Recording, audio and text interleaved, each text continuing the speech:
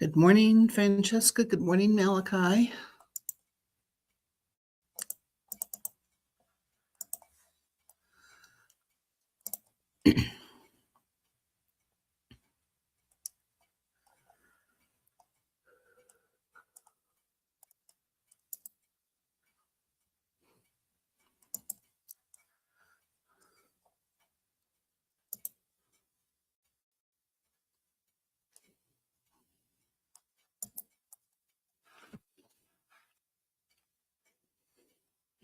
Good.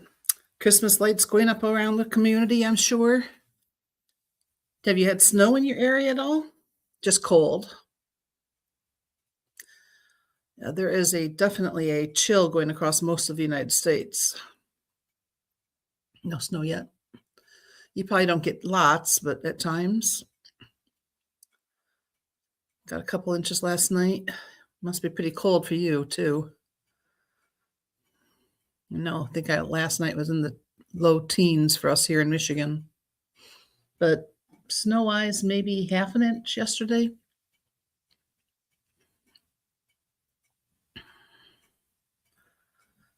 Below freezing for you guys, yeah. Not surprising. Toughest part is for anybody who has to work outside. I have a brother in South Dakota, and so he's pretty much chilly as you are, but he's a pastor, so he doesn't work outside, at least, except for taking care of pets and such and visiting congregational members. But one of his sons, a married son, son-in-law actually is a hunter, so he's been outdoors a lot trying to get his hunting caught up. And I think they've been a little bit chilly for that too. And same with the runners in the family. There's a couple of the ladies, especially jog and do marathons and such. So a little bit cold for that now. All right, there's Nora.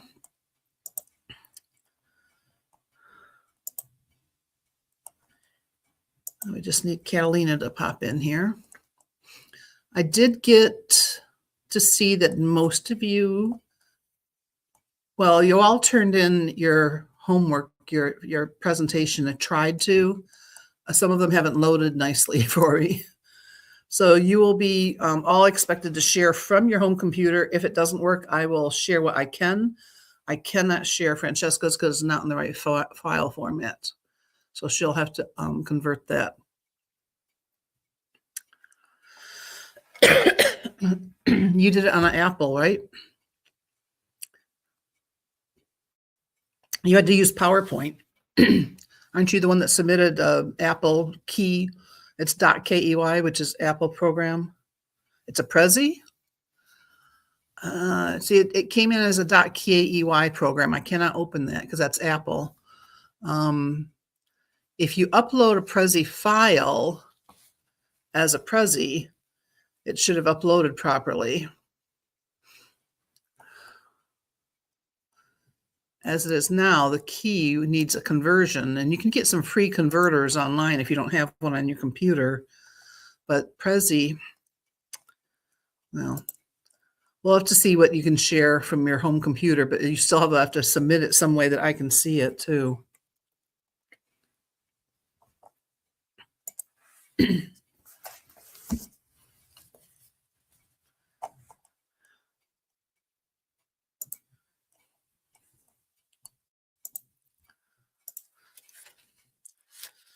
Go ahead and get myself logged into Prezi in the background here too for a moment.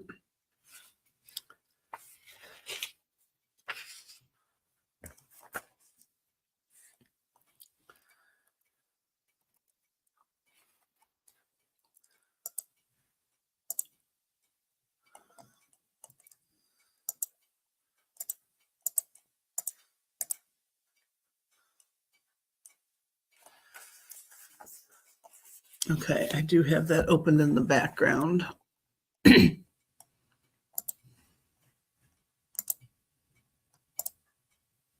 There's Catalina. Okay.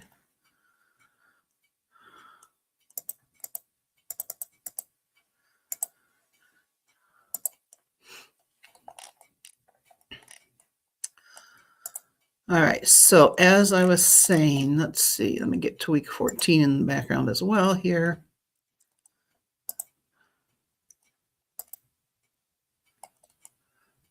I have no problem with Malachi's presentation. Francesca, I can't see at all.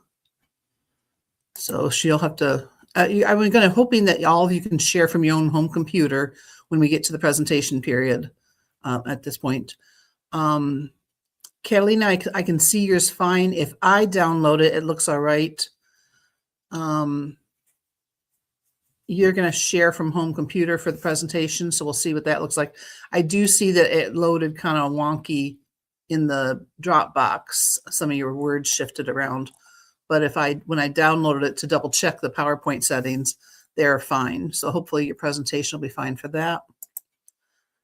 And then Nora submitted it as a .html instead of a .ppxt.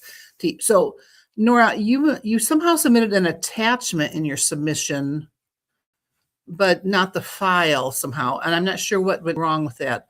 I can open it and I'll see it, but I won't be able to work with it to grade. So since Malachi also submitted a PowerPoint, Malachi, I wonder if you could talk through the steps you use when you get to the submit your homework box. What did you do to load the PowerPoint? Can you mention that or talk about that?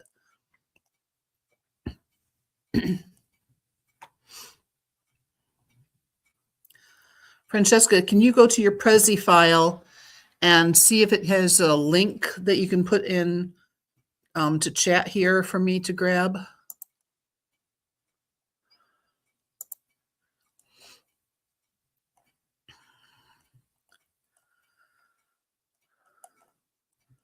So when you open up a specific file, there should be a way to share it.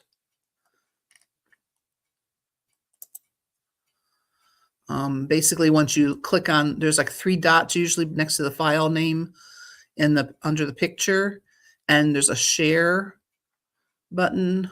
You could try clicking on that, and that should give you a link to copy, and then I can open that up.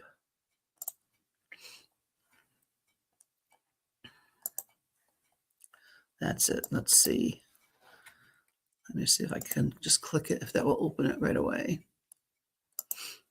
That works. Okay, I've got it.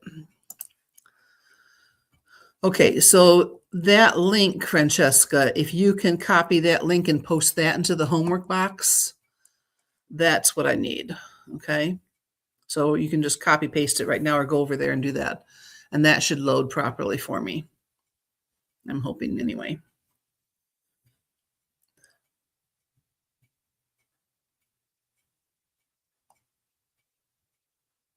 You took a link from the email.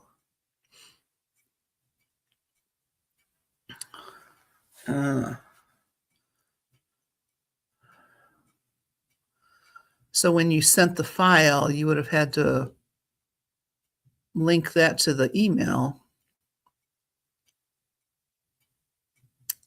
And that's what you submitted.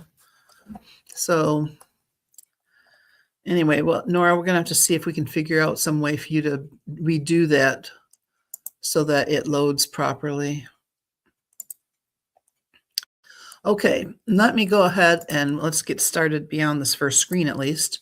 Here's your icebreaker question. What's your best Christmas gift you've ever gotten? And if you have any prayer requests, you can type that in as well.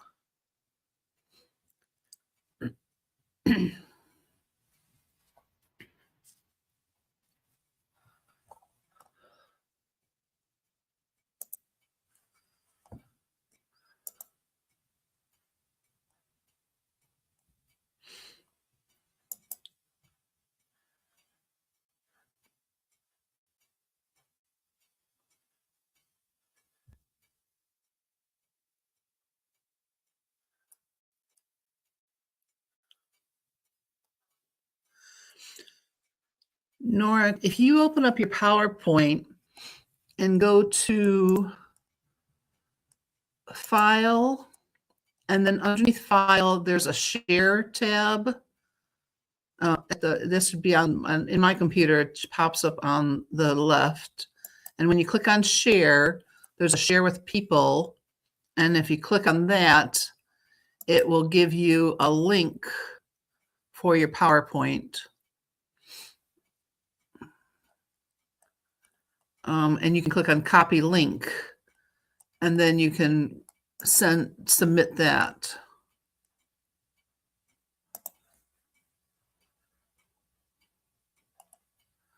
Yeah, attach a file with a link to submit it, so just ignore the file.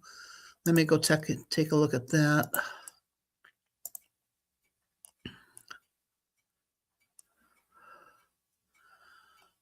It's in the sidebar there. Okay, I think I can work with that. Yeah, I'll ignore what the download the file. I tried to download that file and it won't download because that's that .key. I can't even get it to open up. I'd have to convert it myself. But I got the Prezi link there, so that should help for grading purposes. At least it's accessible to me now.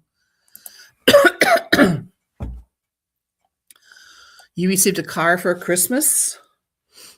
Was that last year?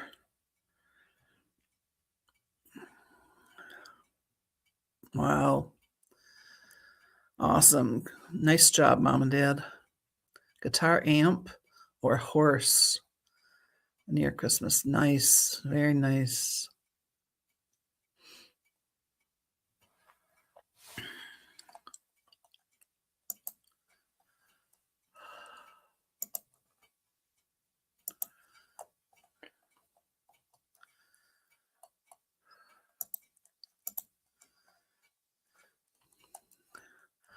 All right, well, we'll keep moving on. I can open up Nora's PowerPoint and view it, but it opens up on a brand new file. It doesn't stay in the class area, but I'll probably have to just work around that then. Okay, let's go to prayer at this time. Nobody entered anything that was a prayer request that I can see. So let's just pray that you guys have a good final week of this semester, especially in this class. Heavenly Father, thank you so much for these 4 people who've worked this first half of the class all semester. We thank you for the presentations that looks like we can view and have them be presented today. Please help them to relax their nerves when it comes their time and to let everything flow well as they intended. Bless us as we continue with our final stages for week 15 for covering details, reviewing, and when they do their exam as well, give them help to succeed in that. We also ask that the other courses that they're taking go well as we wrap up our semester and go to Christmas break. Bless us in our day, Lord, and thank you for this season of joy with you. Amen. All right. That was my best Christmas gift. That was a manger I received when I was 7 or 8. I had begged for that. Still have it. It's out now. It's over there on my end table. There are shepherds that go along with it, but they're not supposed to show up for 2 years, right? So they're usually set nearby, but not right there because they weren't at the stable. Anyway, it's old, almost as old as I am. Okay, so Christmas break starts after class, of course. Final exam is open after class. We're going to do some review for it. It shouldn't be too bad if you do the review and if you've paid attention in class this semester. All right, thank you.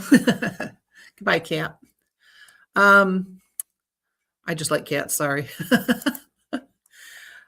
All right, Catalina, you guys can work on your mic problem. Should we do that? Would that be your preference to wait till the end of class period? And that gives you another 45 minutes? Oh, 6 of them. Wow.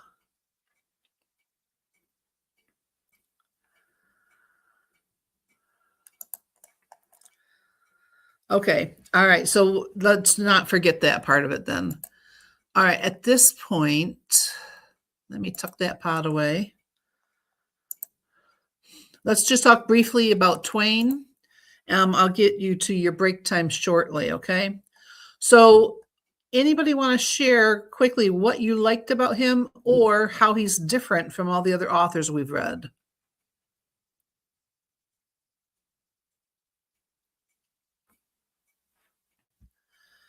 And Catalina, I hope that you also kind of pay attention and help work in class here too, as much as trying to work out the mic problem. So double duty that.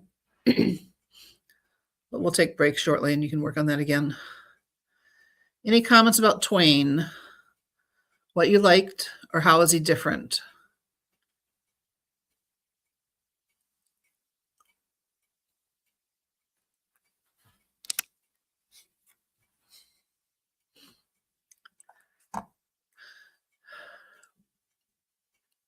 Intriguing how he writes his pieces. Okay. Shorter rather than longer. Sure. I do think that I like him for the realism side of it. The real, we've read so many things that were not really part of our lifestyle, especially as they were older authors from times way back. Mark Twain's coming up more to the current times. It's not exactly my style of living because he's more Southern oriented and I'm a Northerner, so it's a little bit different. But what about this? He's not a Puritan. He's not part of the Enlightenment like Ben Franklin, not a dark romanticist. So where does he fall? He depicts social realities. He focuses on life activities of ordinary people. He exhibits a tremendous amount of change that was going on in the country. And the humor pops up with his satire and even the diction, the dialect that he uses, the characters to talk in. So this is realism. Realism was the mid-19th century to the end of the 19th century and even into the beginning of the 20th century a bit. The European realism is a different time period slightly. So European realism in that literature mode is slightly different than American realism. But this is American realism. So it's basically a reaction against Romanticism, saying let's not romanticize everything. Let's do it, take it as it really was. So scientific method, history, understanding philosophy and life as it really was, social events, ordinary life. So the fiction is just trying to give what really could have happened in a lot of different contexts. Let's see, the social class especially played into it, that there were upper class, lower class, high, rich and poor. The way people spoke was highlighted. In The Jumping Frog that we read, this was more about developing the character of Jim Smiley than actually the whole plot. So it's more about the character of the storyteller and the activity of the gambling guy. Okay, the private history of a campaign that failed. He fictionalizes stories, of course, but they're based in some truth. And so this is part of that thing. He didn't actually ever fight in the Civil War, but he wrote this as if he had. But there were about 2 weeks or so that he was within a company during the war. So he experienced it in a brief, very brief manner, but he wasn't part of the army. So do you remember, what did the people call themselves? The groups of the military group?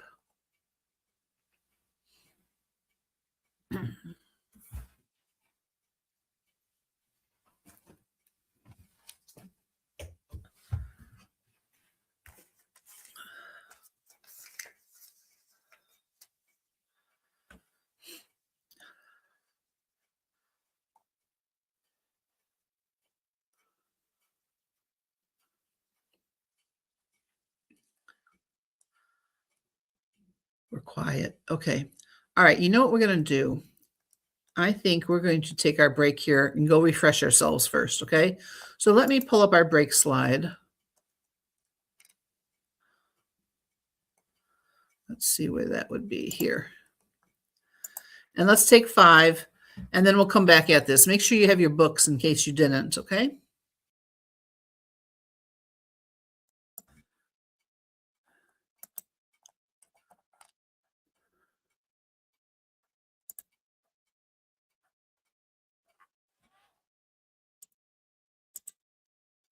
Okay, let's go back into the private history of a campaign that failed.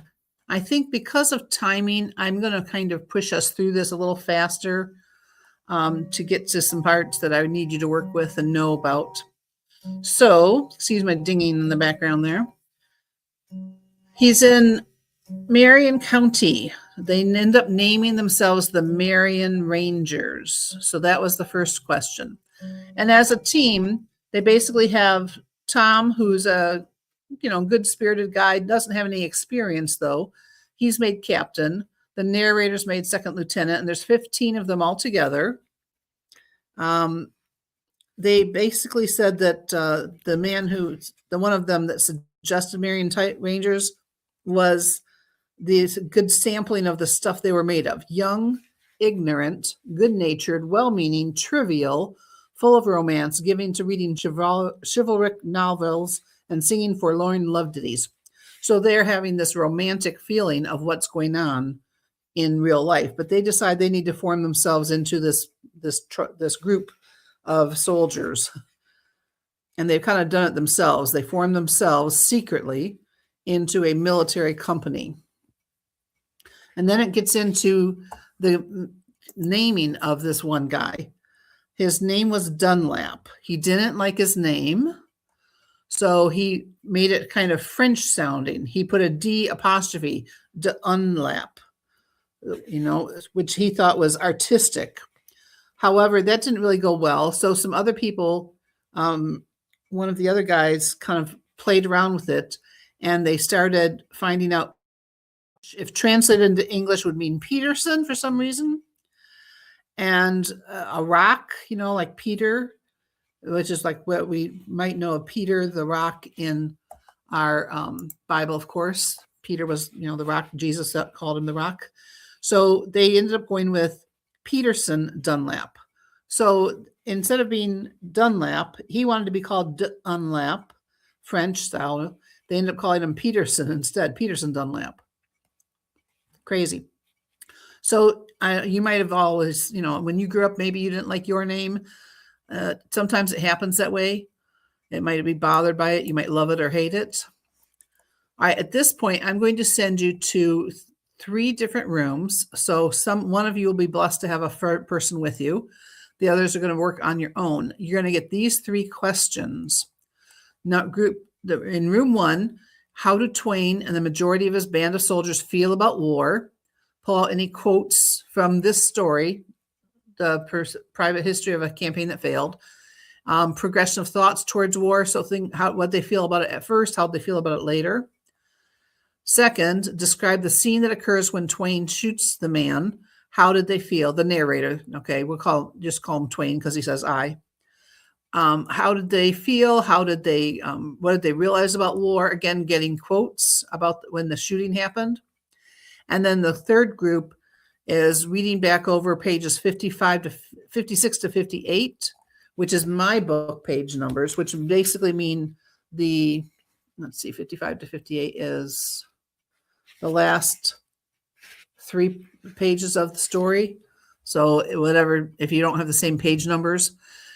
Significant insights that Twain offered about war, the experience, and in the end, the resolution of it. How did he feel about war? And again, quotes. So the main thing is to grab some quotes to support this. So we're going to do this for just a few minutes worth. And I think because the third one requires a little bit more searching, I'll put 2 people in that group. All right, so just a few minutes worth of this, maybe 5. So we'll take this to about 12:08 or 12:09, thereabouts, okay?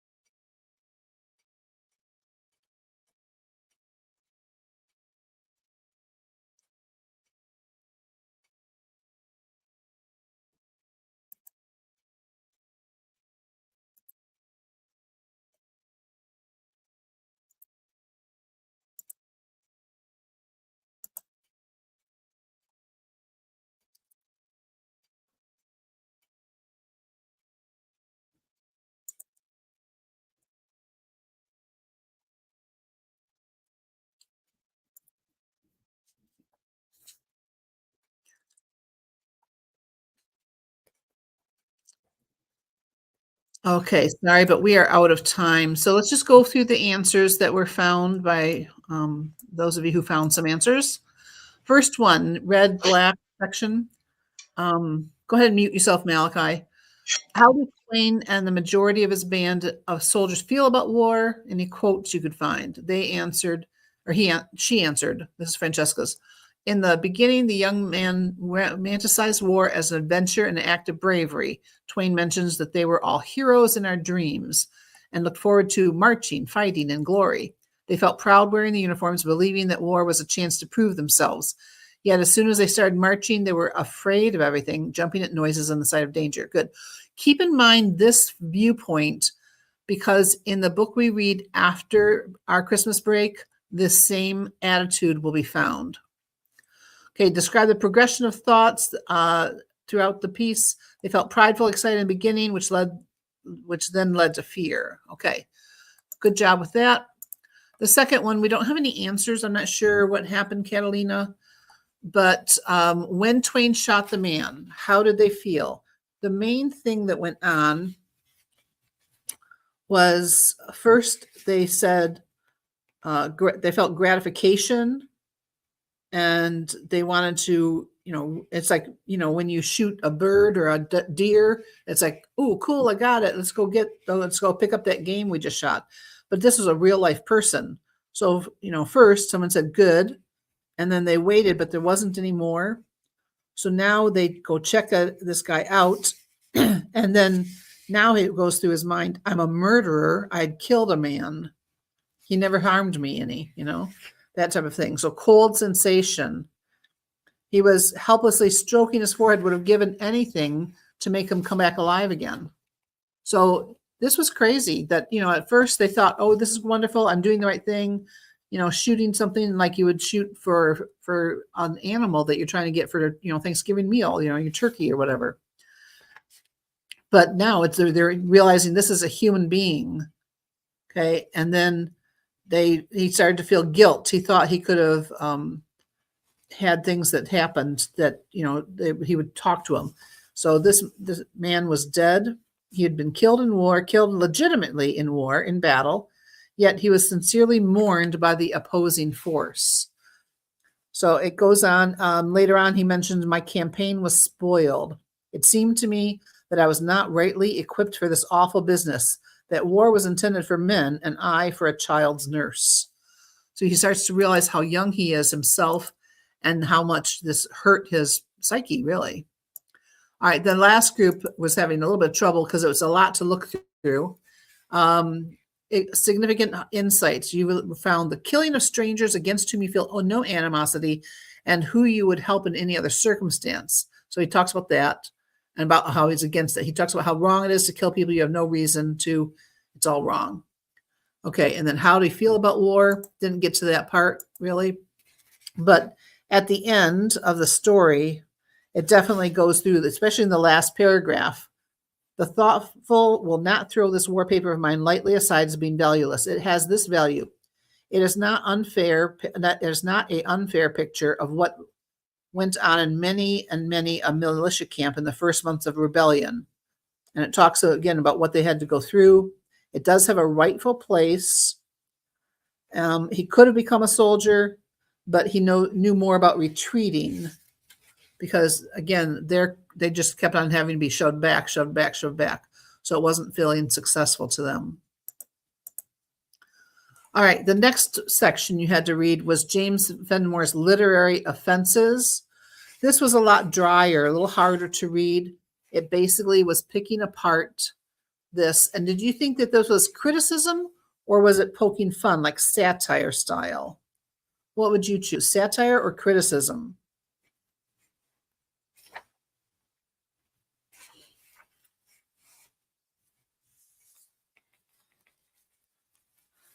Okay, it did feel more like criticism a lot, but there is some satire within it as well. It talks, like in his number 10 point, the reader of the Deerslayer tale dislikes good people in it, is indifferent to others, and wishes they would all get drowned together. So it's like this is the satire part of it. It's like he talks about that this reading should make you feel this way, but he starts talking about that there's stupidities in here, and he's poking fun at it in a way. Okay, there's rules that when you write, you should follow these rules, but this rule is flung down and danced upon. So it is poking more satire style in this, but it is criticism, but it's done with more a satire viewpoint. One of the things he talks about Cooper was doing was making a moccasin person tread in the tracks of a moccasin enemy and then hide his own trail. So these kind of things that we repeated, he felt were, trite. That the broken twig, somebody steps on a broken twig and so you hear it. You'll see that even in TV shows and movies, like people are walking around trying to sneak and all of a sudden somebody snaps this twig under their feet, right?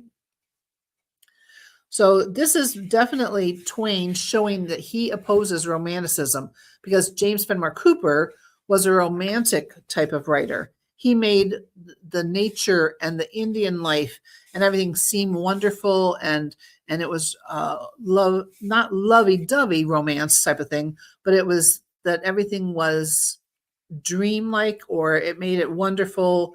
That Fenimore Cooper made it admirable, and here Twain is picking it apart and saying this isn't admirable. There were problems with his characters. There's problems with the way he overused certain devices in his writing. So he gets really exasperated. Okay, we're going to skip some of that because we're just running out of time here. So in the lower section here, this was from another person commenting on this. How he did it is a fascinating, luminous example of Twain's fascination as a critic. For between the result obtained and the barely recognizable subject of Twain's crumbling, one may perceive the genius of a critical method that is quite as skillful as it is devastating, and externally quite as puzzling too.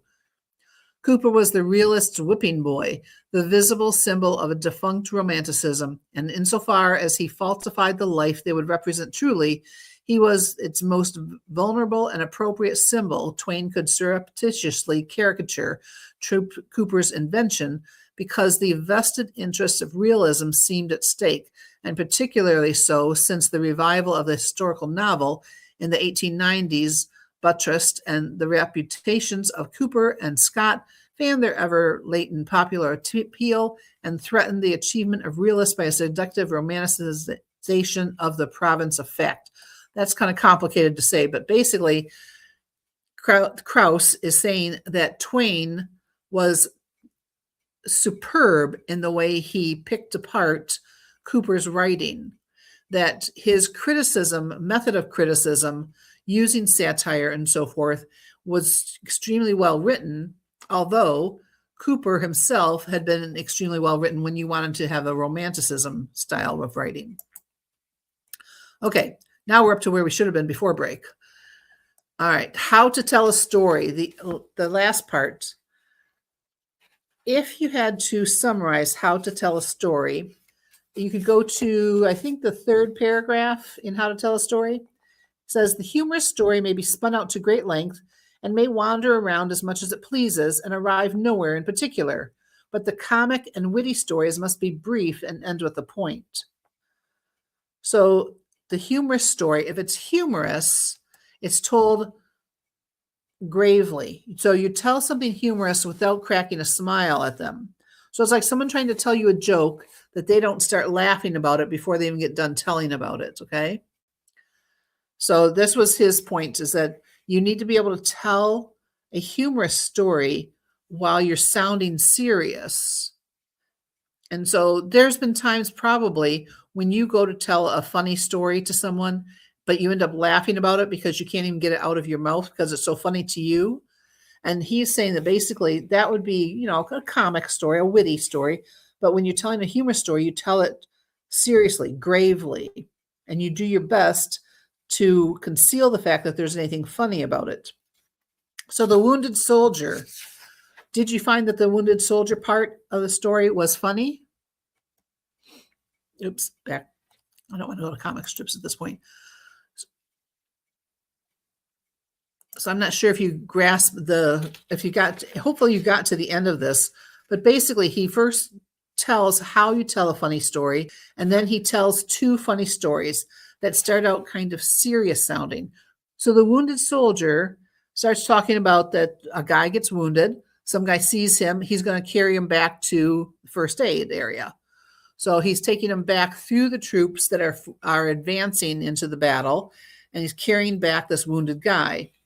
And when he's doing this, he's hailed, called by an officer. It's like, where are you carrying that carcass, basically that body? And when he picked him up, it's like, well, I'm taking him to the rear, where the doctor is. He's lost his leg. And then the officer says, no, he's lost his head. And it's like, well, he didn't realize that before he picked up the guy, it was, just his leg. So the wounded guy had told him, I've lost my leg. I need to get back to the first aid, basically. And here he is carrying somebody because he thinks there's a lost leg, but actually his head had been shot off. So this was like, he then goes through the whole idea of telling this and how happy and cheerful and funny this would be, because it's this short little joke that then you start laughing about it. So it tells it in a minute and a half to tell it in this comic story, and it's not really worth the telling. But he goes through it and examines the whole idea of how you tell this. And then he goes into the golden arm story, which is next. So he tells the golden arm story about needing that. So, I can remember being in elementary school, and this golden arm story was told as a scary story at night by one of the girls. I don't know where she'd gotten it, probably from her parents or something like that. But basically, she was like trying to tell us this spooky story. Who's got my golden arm, and then at the very end of it, you shout at somebody and make them jump. And it's done in the dark. I think we had like one single candle in the group. So people still do things like that, or at least they used to. I don't know if you ever had examples like that or not. But these days, we do comic strips even, okay? Calvin and Hobbes, talking about that this is how you can quickly tell a joke in 4 little comic boxes. Or how about Charlie Brown comics? Okay, just little quick things. It starts out serious. It's not meant to be funny right off the bat, but the ending one is often. So you might have a famous comic strip that you like, or maybe you've watched, even some of the movies that are out that are comic, like the Marvel comics, all of those. They are a lot longer these days if you watch something like that. But a comic strip used to be in the funny papers, as we would call them. And every Sunday when the paper came to your house, as kids, we would go grab that color section with all the funnies in them and read the funnies. Even my dad would often read those first. All right. Enough about that. So we kind of discussed this. So if you can keep a straight face when you're telling stories, that's the best thing. So I have put, just for fun, in Schoology, there is a lady reading a story, and it's just a video of her reading a story to her grandson. I think it's a grandson. And you can watch it and see if you can keep a straight face. It's not really quite the same style as what Twain's pointing out, but it's just a funny one that I found that I get a hoot out of. So that's kind of what you do. It's like when whether you're at a campfire, like in this case, telling scary stories, it's like sticking with a straight face, making it serious, and try to get all the scares in first before you can then finally shout at somebody and scare them for real. All right, real quick review about what's going to be on your exam. You can come back to these last 6 slides and review it yourself. I also have some other review papers for you in Schoology, which I've given you in the previous weeks, but just as a reminder that they will be helpful. So the first thing, you want to know your literary terms and be able to apply them. You need to understand irony, situational verbal irony, dramatic irony. You need to understand meter, know all of our stories, plots, characters, and authors that we've read. You should know the literary time periods and which author belongs to which one is in the Romantic period, which one's in the Puritan period, and so forth. You should know the difference between words like allusion and allegory. Different forms of writing we've studied have been diaries, journals, poetry, sermons, different events, the Salem witch trials, the First Great Awakening, colonization, religious freedom, different writers we've talked about and read. And then the different ages. Enlightenment, Age of Reason, was from the mid to late 1700s. This period was the rational approach to the world. They believed in progress. There were a lot of political pamphlets and writings. They also, we went through talking about what pragmatism was and deism, idealism. This was the time of the Boston Tea Party. The Declaration of Independence was written during this period. And we read Benjamin Franklin and talked about Paine and Jefferson as well. Romanticism period was in the mid 1800s. This both had dark romanticism and romanticism. Dark romanticism focused on the psychological evil side of human nature. And there was also transcendentalists going on at this period, and they thought people were ultimately good, and they emphasized the importance of the conscience and your intuition for moral guidance, not God. Key concepts, it was about human nature, westward expansion. There was the gold rush during this time, and we've talked about Civil War as well. Key people, the authors specifically, Poe, Hawthorne, and then there's a few others listed there. The realism period. This was spotlighting the lower and middle class more. Doesn't sugarcoat or have fairy tale endings. There's satire a lot. The events during this period were Abe Lincoln being president, the Civil War, the ending of slavery, and of course we read Twain. Naturalism, the later 1800s, even to the 1950s. This goes into where we're headed now as well, but this really stretched for a long period of time. It's more intensified version of realism. So they would show the shocking parts of life sometimes, how, war is tough. War is hard. Killing somebody in war really can hit your psyche and change you inside. During this time period, they also, when the first airplane flight, Roosevelt became president. We're going to be, we read Edith Wharton, The Expiation. And so they kind of overlap there. And we had other authors around there were Stephen Crane, John Steinbeck, and so forth. So coming up this week, you will study for and take your semester final. The final has, I think, does it give you an hour and a half? It gives you plenty of time to do it.